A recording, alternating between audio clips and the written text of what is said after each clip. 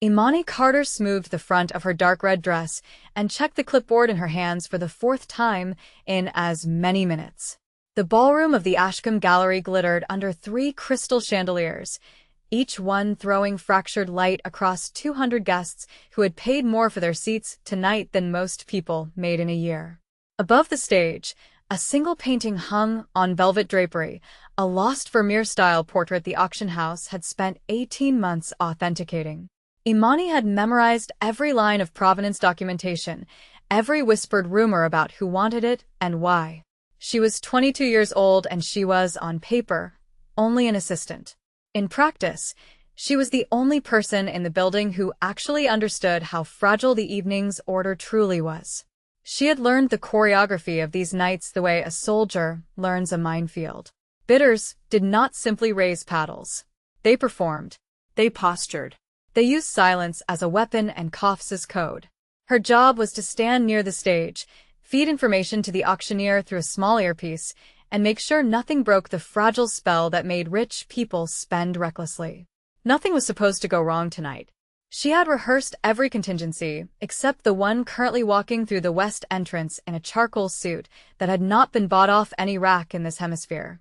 She recognized him before anyone announced his name, because the room recognized him first. Conversations did not stop, exactly, but they thinned. The way a crowd thins around a live wire it hasn't been told is dangerous yet. He moved without hurry. 2 men flanked him a measured half-step behind, and the space around him seemed to arrive with him, as though the air itself had been reserved in advance. Imani had heard the name whispered in the green room an hour earlier, dropped like something that might still be listening. Kong Min Seoul. The kind of man auction houses were not supposed to admit, and always did anyway because his money never once bounced. She had been told, in the clipped voice of the gallery's director, that Mr. Kong was a private collector with significant interest in tonight's centerpiece. She had not been told what else he was. She hadn't needed to be. The way his security detail cased exits without looking like they were casing anything told her enough. She watched one of the men, the taller of the 2, pause near the emergency exit long enough to test the give of the door handle with 2 fingers, a gesture so small that no one else in the room seemed to register it at all. She registered it. She registered everything. It was, she had come to believe, the only real advantage a woman built like her had in rooms built for men like them. Nobody expected her to be watching, so nobody bothered to hide anything from her. The auction proceeded through its early lots without incident. Minor works, a scattering of impressionist sketches, a bronze that went for 4 times its estimate to a woman in emerald sequins who clapped for herself. Imani kept her eyes on the room the way she had been trained, cataloging ticks, watching for the paddle raises that came a half-second too eager, a signal of desperation the auctioneer could exploit. Kong Min did not raise his paddle once. He watched. He was, she noted, the only person in the room who seemed entirely unbothered by being watched in return. Twice she caught his gaze drifting toward the wings where she stood, not lingering, not obvious, simply passing over her the way a searchlight passes over a stretch of coastline, cataloging it before moving on. It was Lot 14, an unremarkable landscape, when the trouble started. A man near the back, silver-haired, agitated, rose from a seat and began speaking loudly to someone at his table about the painting's authenticity, his voice sharp enough to carry over the auctioneer's practiced cadence. It was a minor disruption, the kind Imani was paid to smother before it spread. She was already moving toward him when Kong Min stood. He did not raise his voice. He said something low to the man, 3 or 4 words, and the silver-haired man sat down as though his knees had simply stopped working. But Kong did not sit back down himself. He remained standing, half-turned toward the stage, and began speaking directly to the auctioneer in a voice pitched for the whole room, correcting a detail about the painting's chain of custody that the auction house had, in fact, gotten wrong. He was right. That was the maddening part. Imani could see it in the flicker of panic crossing the director's face near the wings. Kong Min had just publicly identified a factual error in 18 months of authentication work, in front of 200 people whose entire willingness to spend depended on believing the gallery's expertise was infallible. Bidding paddles were lowering. Whispers were spreading. The spell was breaking in real time, and nobody with actual authority in the room seemed capable of stopping the man responsible. Nobody except, apparently, her. Imani crossed the remaining distance to the stage with her heart hammering somewhere up near her throat, though her face, she would think later, had somehow stayed perfectly still. She reached the edge of the platform, looked directly at Kang Minjun, and said, clearly enough for the microphone to catch every syllable, "Sir, I need you to return to your seat. You're delaying the auction." The words landed in the ballroom like a dropped glass. Somewhere behind her, she heard the director make a small, strangled sound. Kang Minjun turned his head toward her, slowly, as if he had all the time remaining in the world, and intended to spend some of it deciding what to make of her. His eyes were the first thing she really saw. Not dark exactly. Something closer to wet stone, flat and unreadable, the kind of eyes that had learned long ago that revealing anything was a luxury. He studied her for a moment that felt considerably longer than it was. Then, to the astonishment of everyone watching, including Imani herself, the corner of his mouth moved. It was not quite a smile. It was the shadow a smile might leave behind if it had passed through very quickly. Delaying, he repeated, as though testing the word for weight. His accent shaped the vowels precisely, unhurried, each syllable placed like a stone set into mortar. "I was correcting an error your house made. You may want to thank me instead of removing me." "I'll thank you," Imani said, "once you're seated." Her voice did not shake. She would spend the rest of the night wondering how, exactly, it had managed that. A ripple of sound moved through the crowd, somewhere between a gasp and a laugh that no one dared complete. The director had gone the color of old parchment.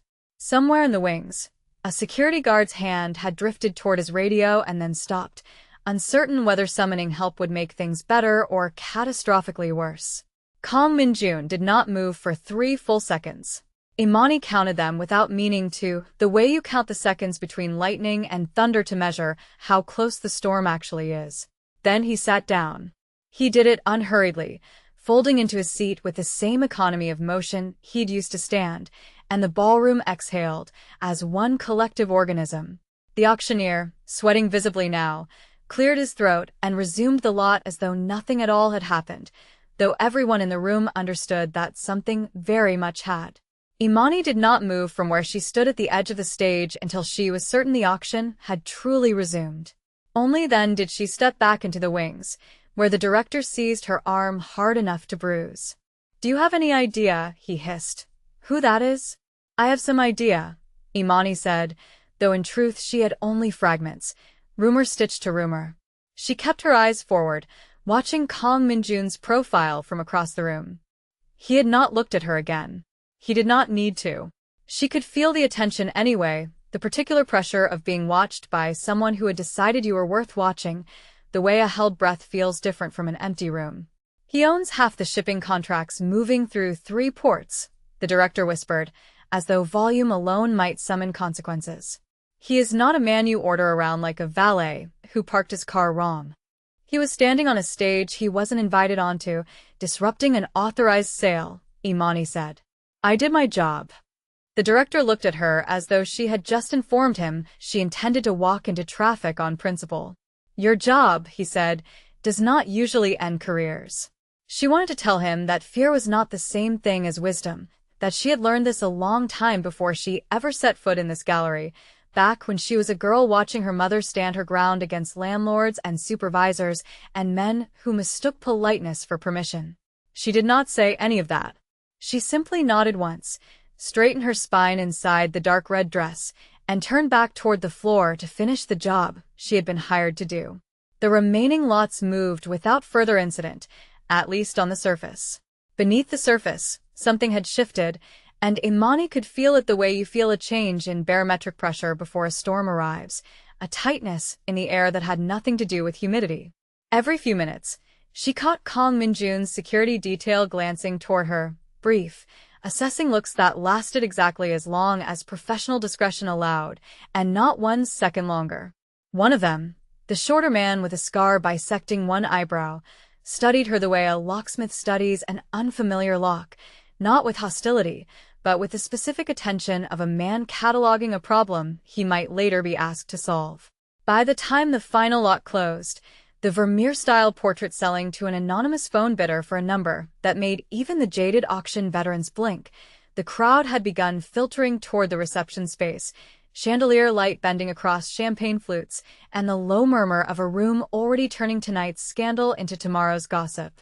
Imani stayed near the stage, gathering her paperwork, telling herself the incident was closed. She did not believe it, not entirely. Some part of her, the part that had learned to read rooms the way sailors read weather, understood that Kang Min-jun did not belong to a world where public humiliation simply evaporated. She was proven right within the hour.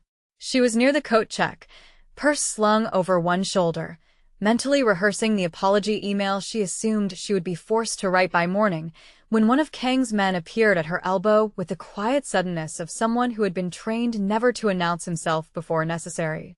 "Mr. Kang would like a word," he said. It was not phrased as a question, though his tone carried something that was not quite a threat either. "He is in the East Gallery. Alone." Imani felt her pulse tick up, a small traitorous flutter beneath her collarbone. Every instinct honed by 22 years of moving carefully through spaces that were not built with her safety in mind told her to decline, to invent an excuse, to disappear into the anonymity of a departing crowd.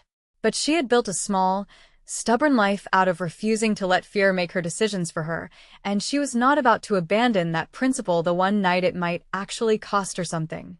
"Lead the way," she said. The East Gallery was quieter than the ballroom, its walls hung with smaller, older works that had not been deemed worthy of tonight's main event.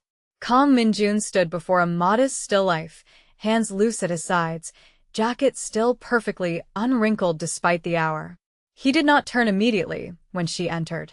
He seemed to be studying the painting, though Imani had the distinct impression he had known the exact moment she crossed the threshold.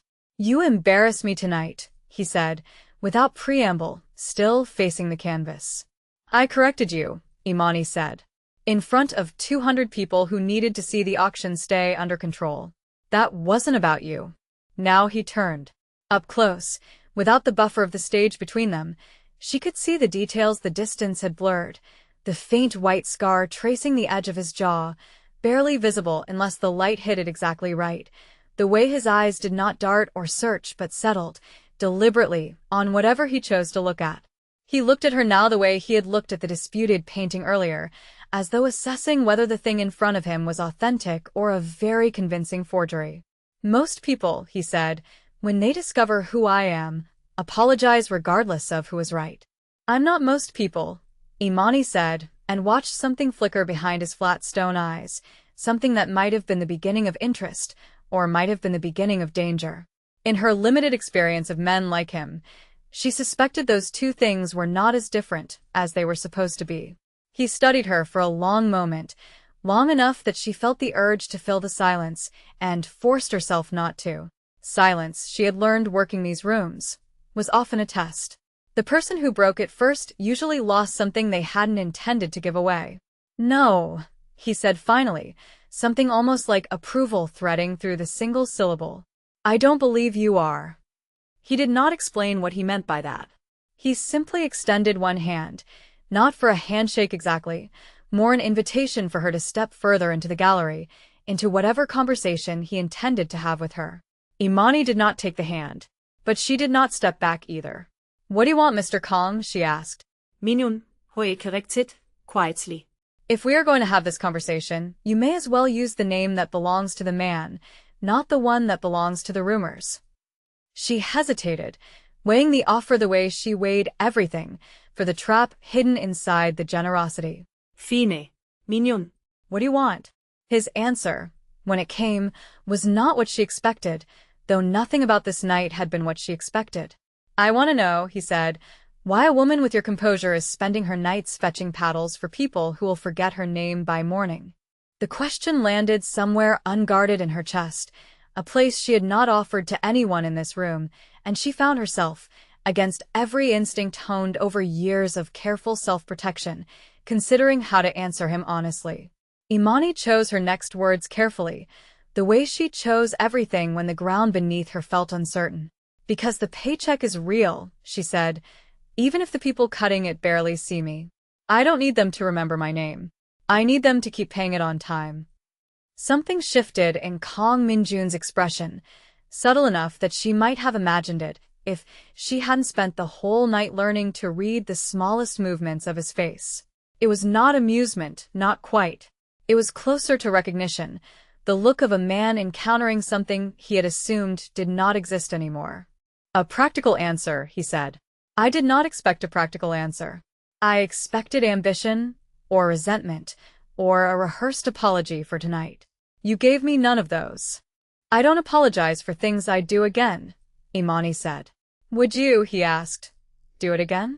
Order me off a stage in front of people who fund half the artwork in the city? She thought about lying, softening the answer into something safer. She decided, in the same breath, that she was tired of softening herself for men who mistook softness for the correct response to power. Yes, she said. If you disrupted an authorized sale again, yes. For the second time that night, the corner of his mouth moved, and this time it settled into something closer to an actual smile, brief and almost reluctant, like a door opening a crack before someone remembered to shut it. Good, he said. I have very little patience for people who only tell me what they think I want to hear. It becomes exhausting, being surrounded by agreement.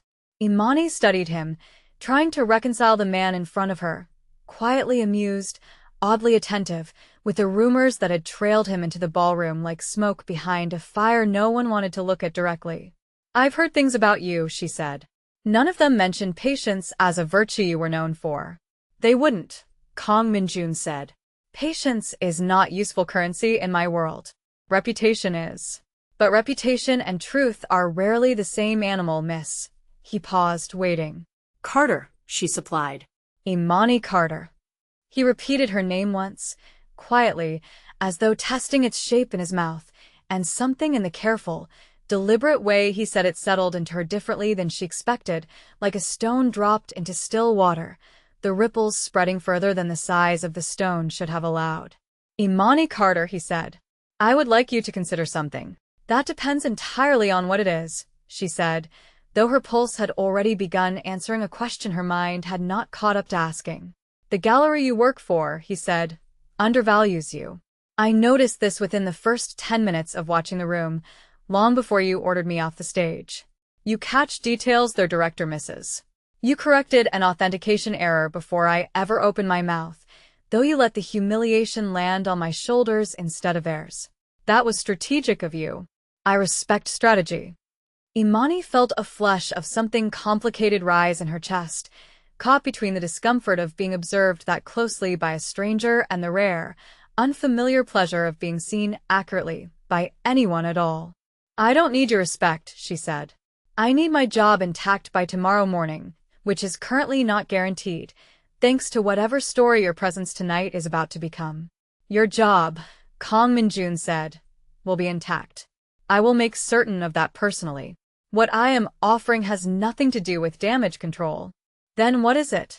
He considered her for a long moment before he answered, and when he did, his voice had dropped lower, quieter, pitched for her alone in a way that made the wide, echoing gallery around them feel suddenly, uncomfortably small.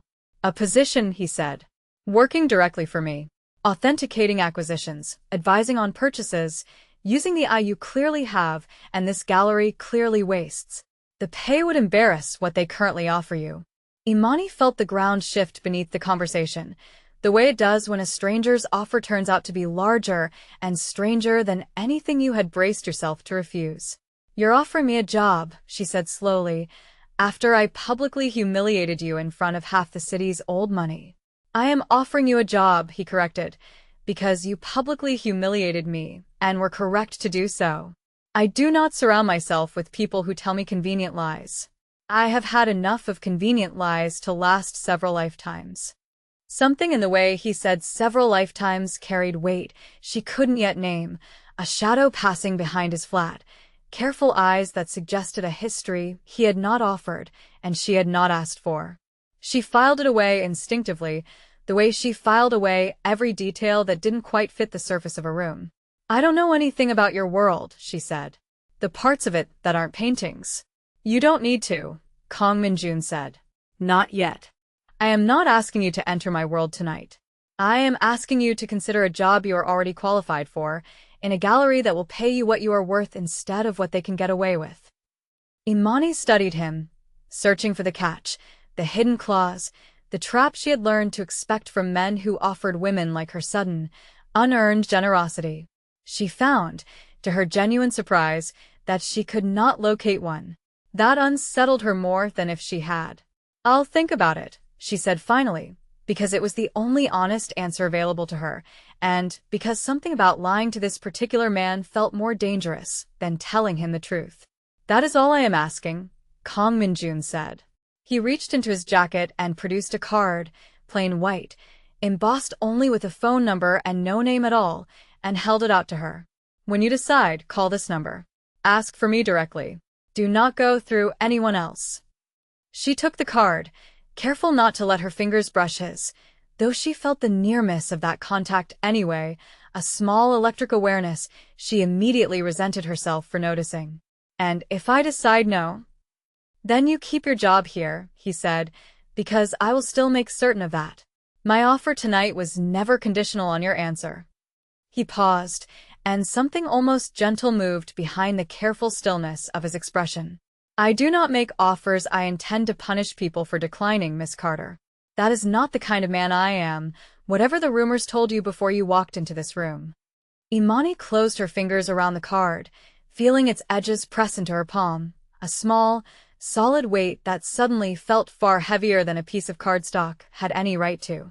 "Then why does it feel like tonight was a test?" she asked, "and I don't know yet whether I passed it?" Kang Min-jun's mouth curved again, that same reluctant almost smile, and this time it reached, briefly, into the flat stone of his eyes, warming them by some small, unmistakable degree.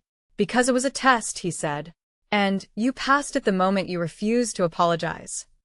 He turned then, gesturing for his men to fall in beside him, and moved toward the gallery's far exit with the same unhurried certainty that had carried him through the ballroom hours earlier, as though the building itself had been arranged around the shape of his footsteps. At the threshold, he paused, glancing back at her one final time. "I will be curious," he said, "to see what you decide." Then he was gone, his men closing around him like a tide receding from shore, and Imani stood alone in the quiet gallery with a stranger's card in her hand and the unsettling awareness that whatever door had opened tonight, she had already, without quite deciding to, stepped halfway through it. She did not sleep much that night. She lay awake in her small apartment above a laundromat that hummed faintly through the floorboards, turning the white card over and over between her fingers, tracing the embossed numbers as though they might rearrange themselves into an answer if she stared long enough. She thought about her mother, who had worked 3 jobs and never once apologized for insisting on being paid what she was owed. She thought about the gallery director's bruising grip on her arm, the fear in his voice that had nothing to do with her safety and everything to do with his own. She thought, longer than she wanted to admit, about the particular way Kang Min-jun had said her name, as though it were something worth being careful with. By morning, the story had already spread. She arrived at the gallery to find her coworkers watching her with a mixture of alarm and something close to awe, whispers trailing her down the hallway like smoke she couldn't outwalk. The director summoned her into his office within the first hour, his face pale, a single sheet of paper trembling slightly in his hand. He called. The director said without greeting, "This morning, Kang Min-jun called this gallery directly and informed me, in no uncertain terms, that any consequence to your employment would be regarded as a personal insult to him." He looked at her as though she had grown a second head overnight. "What exactly happened in that East Gallery, Miss Carter?" "I did my job," Imani said. "And apparently, so did he, in his own way." She did not tell him about the card sitting in her purse, warm from being carried against her body all night like a secret she wasn't ready to name. She did not tell him that somewhere beneath the fear and the practical calculations of rent and stability, a different question had already begun forming, quiet and insistent, refusing to be dismissed. 2 weeks passed before she called the number. She told herself it was because she was weighing the decision properly, not because she was afraid of what answering the phone might set in motion. In that time, small things happened that she chose, at first, to explain away. A black car idled outside her apartment building for 11 minutes on a Tuesday and then left without incident. A man she did not recognize paid for her coffee at the shop near the gallery and vanished before she could refuse it, leaving only a folded receipt with nothing written on it. She was not being followed, exactly. She was being observed, the way a valuable object is observed by someone deciding whether it is worth acquiring properly or simply worth watching until the price drops. The call, when she finally made it, connected on the second ring, as though he had been waiting by the phone for 2 weeks straight, though she knew a man like him did not wait for anything so plainly. Miss Kara, kom minun sait. I was beginning to wonder if you would call at all. I don't like being predictable, she said. No, he said quietly. I don't imagine you do. He asked her to meet him the following evening, not at a restaurant or an office, but at a private gallery space he kept above one of his shipping warehouses near the harbor, a place he said held pieces he did not trust to public walls. Imani agreed before she had fully decided to, the words leaving her mouth ahead of her better judgment, and she spent the next 24 hours telling herself the decision was purely professional. The warehouse district at night was a different city entirely, all sodium light and shipping containers stacked like a child's abandoned blocks, the air thick with salt and diesel. Min-jun met her at the private entrance himself, without his usual flanking guards, dressed down in a simple black sweater that made him look, for the first time since she'd met him, almost approachable, though the stillness in his posture never once relaxed. You came alone, he observed, as he led her up a narrow staircase. So did you, Imani said. I assumed that meant something. It does, he said, and did not elaborate further, though something in his tone told her the elaboration would come eventually, on his own terms, when he judged the moment worth the cost of honesty. The gallery above the warehouse was smaller than she expected, intimate, lit by careful, low lighting that made every canvas glow like something lit from within rather than from without. He walked her past 3 paintings before he stopped in front of a portrait of a woman with dark, watchful eyes, her expression caught somewhere between defiance and grief. My sister, he said, quietly, before she had asked. Suyun. She died 4 years ago. Not in the way people in my position usually die. She was not a target. She was collateral, in a war between men who should have settled their business, without involving anyone who had not chosen to be part of it. Imani felt the weight of the confession settle over the room, heavier than anything he had said to her before. I'm sorry, she said, and meant it, though she understood the words were inadequate against a grief that old and that specific. I do not tell people this, he said. I am telling you because you asked me a question in the East Gallery I have not stopped thinking about. Why a woman with your composure spends her nights unnoticed. I have spent 4 years unnoticed in a different way, surrounded by men who fear me too much to see me clearly. You saw me clearly the first night we met, before you knew anything about who I was. That is rarer than you understand. The confession changed something in the air between them, a shift she felt physically, a loosening of the careful distance both of them had been maintaining since the ballroom. She did not reach for him. She did not need to. The proximity itself, the low light, the shared weight of something true finally spoken aloud, did the work that touch might have done in a different story. It was 3 nights later, at a second meeting arranged with less pretense of business and more honesty about its purpose, that the danger arrived in earnest. They were walking along the harbor after dark, Min-jun explaining, unprompted, the provenance of a disputed sculpture he was considering, when the first gunshot cracked across the water and shattered the glass of a warehouse window 20 feet from where they stood. Min-jun moved before she had fully processed the sound, his body covering hers in a single fluid motion, driving her down behind a stack of shipping containers with a speed that belonged to muscle memory built over years, not months. Stay down, he said, his voice utterly flat, utterly controlled, though his arm remained braced across her back like a wall built specifically to keep the world off her. She felt his heartbeat against her shoulder blade, steady, far steadier than her own. 2 more shots followed, closer, and one of Minjun's men, appearing seemingly from nowhere, returned fire toward the rooftop across the water with the calm efficiency of a man performing a task he had rehearsed 1,000 times. Imani, crouched low, heart slamming against her ribs, did not simply wait for the danger to pass. She spotted, in the sodium light, a second shooter moving along the container stacks to their left, flanking wide while the first exchange held everyone's attention, and she grabbed Minjun's sleeve hard enough to make him turn. Left, she said. Moving left, behind the blue container.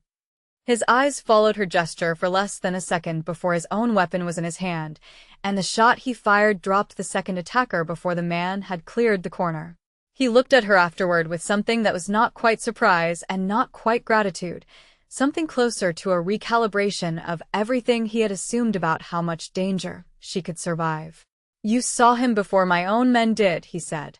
I told you I noticed things, Imani said, her voice shaking now that the immediate threat had passed, adrenaline finally catching up to the calm she had performed under fire. Being invisible for years teaches you to watch the corners nobody else bothers checking. They did not linger to tend to the fallen. His men handled the aftermath with the brisk, wordless efficiency of people who had done this before, and Minjun pulled her to her feet and moved her quickly toward a waiting car, his hand firm against the small of her back the entire way, a point of contact neither of them acknowledged aloud. It was in the car, speeding away from the harbor, that he finally spoke again, his composure cracked just slightly at the edges. That was not a random attack, he said. That was a message from a rival faction, the Cho organization, who has won in my territory for 2 years and has now decided that targeting me in public, in your presence, is an acceptable escalation. Why now? Imani asked. Why tonight? Because they know about you, he said, and the words landed with the specific gravity of a truth he had not wanted to give her. Because a woman who humiliated me in public and then continued seeing me privately has become, in their eyes, a liability they can exploit.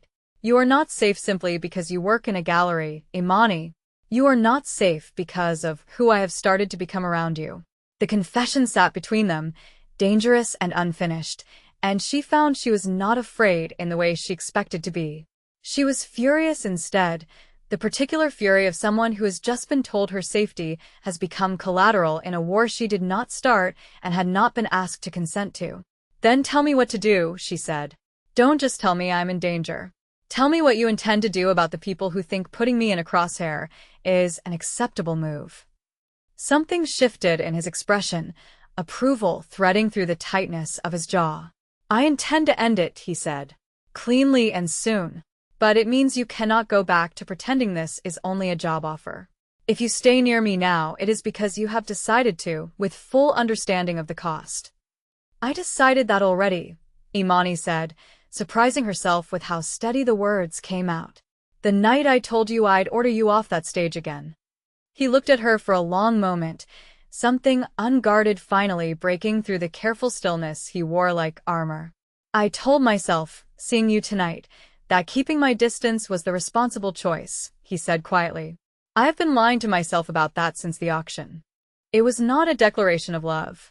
It was something more dangerous, an honest admission from a man who did not make them easily, and Imani felt the weight of it settle into her chest alongside the adrenaline and the fear and the strange, fierce certainty that she was not going to walk away now, not when walking away would mean pretending she had not seen exactly who he was. The following days moved with the tense, compressed urgency of a war entering its final stage. Minjun's organization tightened its grip on the harbor district, cutting off the routes the Cho faction depended on, while Imani found herself drawn deeper into his world than she had expected, reviewing acquisition documents by day and, increasingly, staying close to him by night, her presence no longer explained by business at all. She crossed a line she could not uncross the night she chose, deliberately, to warn him about a buyer she recognized from the gallery circuit who had been asking pointed questions about his schedule, questions that had nothing to do with art and everything to do with locating him. She had not been asked to gather that information. She had done it because some part of her had already decided, without ceremony, that his survival mattered to her in a way she could no longer categorize as professional. The Cho faction's final move came on the night of a private exhibition Min-jun had arranged specifically to draw them out. A calculated risk, he had explained to her in advance, his voice grave with the understanding that the plan required exposing them both. Imani stood beside him in the small gallery above the warehouse as the trap closed, and when armed men breached the private entrance faster than anticipated, she did not freeze. She moved to the security panel Min-jun had shown her only hours earlier, sealing the secondary exit before the intruders could flank his men from behind, buying the precious seconds his people needed to gain the advantage. It was over within minutes, the Cho faction's assault broken by superior positioning and Imani's decisive action at the panel, and in the aftermath, standing amid the wreckage of overturned frames and shattered glass, Min-jun crossed the room to her without a word and simply held her face between both his hands, studying her as though confirming, with his own eyes, that she was real and unharmed. You could have run, he said. The exit was closer to you than the panel. I know, Imani said. I chose the panel anyway. Why? Because I've spent my whole life being the person who notices the danger and does something about it, she said. I wasn't going to stop being her the one night it actually mattered.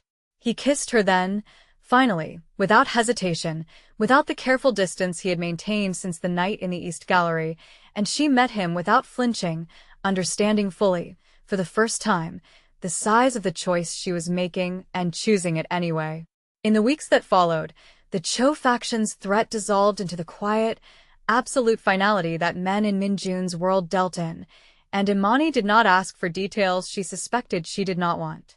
She left the gallery on her own terms, not fired, not scandalized, but promoted publicly into a role Min-jun had quietly arranged with a rival auction house that valued her the way the Ashcombe Gallery never had, a cost paid not in blood but in the life she had built before him, willingly surrendered for the one she was building now. She stood beside him one evening months later, overlooking the harbor where the first shots had been fired, the water calm now, indifferent to what had nearly happened on its edge. He did not say the word love. He did not need to. He said her name instead, the way he always had, carefully, deliberately, as though it were the most valuable thing he owned, and Imani understood that some truths did not require declarations, only the daily, deliberate choice to remain exactly where you had decided to stand.